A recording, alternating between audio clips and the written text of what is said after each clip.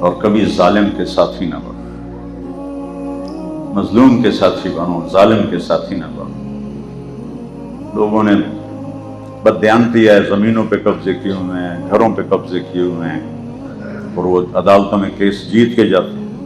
اور میرے نبی نے فرمایا جس نے کسی کی ایک گٹ، کتنی ہوگی، فٹ بھی نہیں ہے، جس کسی نے کسی کی ایک بالشت زمین دبا لی، گھر یا مرلے، کنالاں، قلے، مربع تو بڑی گل ہے، ایک بالشت زمین دبا لی، قیامت کے دن 7 زمینوں کا توق بنا کر اس کے گلے میں ڈال دیا جائے گا۔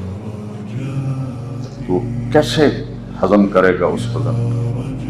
ظلم کے کبھی ساتھی نہ بننا، مظلوم کے ساتھی بننا، اور ایک نماز نہ چھوڑنا۔ تو اللہ تعالیٰ کی بارگاہ سے امید ہے کہ اللہ کرم کرے، کوئی غلطی ہو جائے فوراً توبہ کرو، اللہ معاف فرمائے۔